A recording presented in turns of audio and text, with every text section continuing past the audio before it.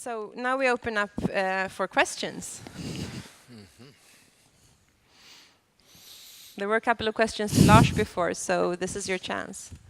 Hi, Lars. Can you hear me okay? My name is Teresa Anderson. I am with the International Philanthropic Society here in Stockholm.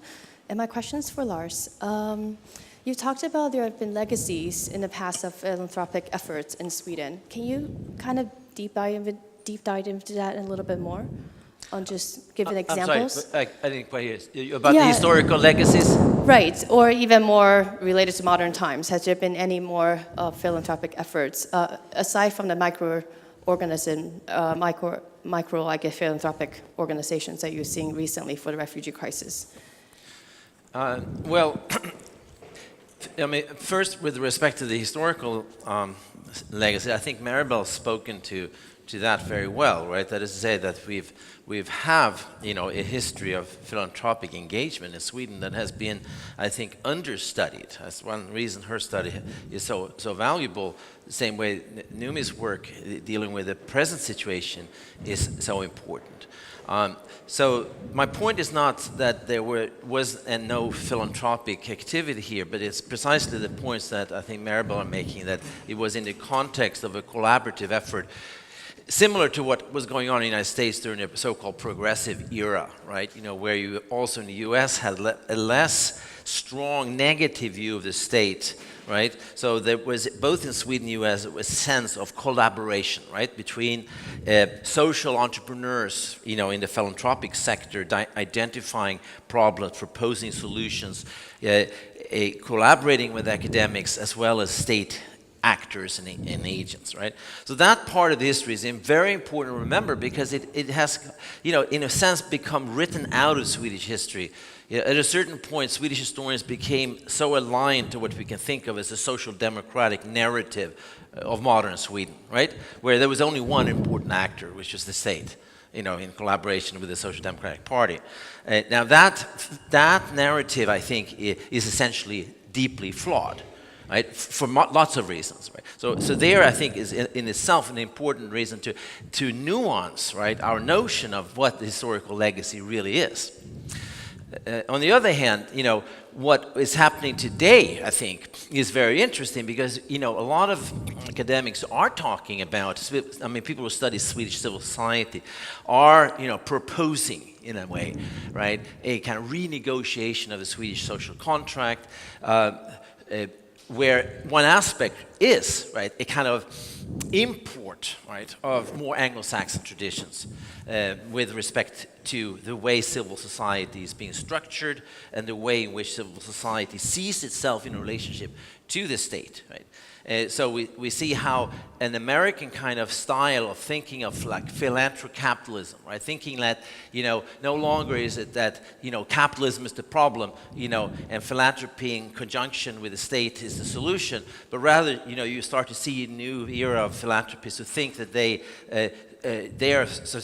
methods, you know, taken largely, right, from the corporate sector, or the for-profit sector, right, are superior ways of solving problems, providing services, and so forth, right?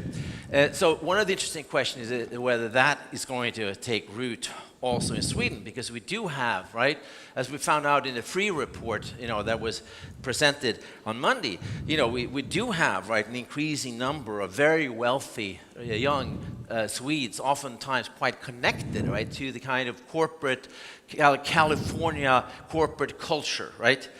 Which I think is very much colored by an almost megalomaniac vision of their own capacity, right, to change the world, to better the world, and where, you know, their view, right, of the state is much more distrustful or skeptical than what we have seen historically in Sweden. So those are, for me, really interesting questions, and it goes back. I thought, Numis, your presentation was super interesting, because you actually show that these historical legacies are still operating quite strongly, right? So this actually speaks to my initial point, right? That we have to be very careful to think that, you know, we are somehow, you know, now having one global, you know, philanthropic sector with the same kind of moral, political logic.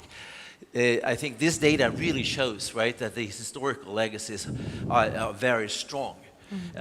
But this is all, things that need to be researched. We have very weak research in Sweden. I mean, NUMI is, very special in this way, and so is Marable, because we don't have a lot of strong research in the philanthropic sector. And one of the interesting things I ask people who are doing this work is, we are trying to see, will the philanthropic sector itself be interested in funding research into the philanthropic sector? And it turns out that there is not the kind of ecstatic interest we might expect, because I have a sneaking suspicion that many philanthropists prefer sort of uncritical enthusiasm, right, for philanthropy, rather than critical research regarding philanthropy. And that I hope will change. On this point, I should probably say that I'm on a 2-year research sabbatical funded by the Carnegie Corporation. Footnote. But I think that, too, I'll jump in on that, and some of the concepts that are coming up. There is a difference between philanthropy in Sweden and the US. At the same time, I do think that some of the echoes help inform our own analysis of what role we as citizens in either country want philanthropy to play. So there is that critique of philanthropy. For example, the model we're talking about of philanthropic capitalism, or if you want to talk about just philanthropists thinking at a broader level that they just can do a better job than state bureaucrats in providing services such as schools, whether nursing homes, whatever it might be. Some people in the US, it's not a dominant voice, but there are definite critics who say this is counter to the central role of the citizen in a democracy. Citizens should be able to choose through a vote, through discussions, through dialogue, what kind of schools they go to, their children go to, for example. So especially in the realm of education and, for example, the role of the Gates Foundation in education, there is this kind of conversation. And more recently, you do have studies on the Zuckerbergs, for example, in Newark schools. So there is a growing literature in the US analyzing critically the role of philanthropy in a democracy. In the second model that has grown in the US in the later part of the 20th century and is pretty dominant right now in the US, and that as we're talking about now is something that Swedes are entertaining. Possibly is this an interesting model for philanthropy that also has roots on the west coast of the US? No, well, I would add on that the micro-philanthropy that I was talking about, I think the trends that I and my colleagues see in this data set is actually very much related to the more wealthy new capital, new fortunes that have been gathered, and the same kind of notion of the capacity of the individual or the group of friends to make a call and to say this is the best way to improve society, and I do not necessarily have to go by the old rules, the old structures. I can do this in a different way. And that's entrepreneurial, and that's, of course, is potentially wonderful, but there are also pitfalls to this. And I think to have an engaged discussion about that is very important, especially in this kind of forum, because the world is changing, and I would say that the elite here today, the young elite would have more in common with the young elite in California than maybe with some less fortunate groups within the same city, of Stockholm, for example, or Malmö, Gothenburg, or just with the countryside. So we have these trends, and there is research on this. But you do operate, you do not necessarily give to your own group, you give in a wider context, and to do that, you have to understand society, you have to understand broader things. And I think that the more there are occasions where this is studied and discussed, the better chance there is to find a fruitful collaboration between private funds and the betterment of society.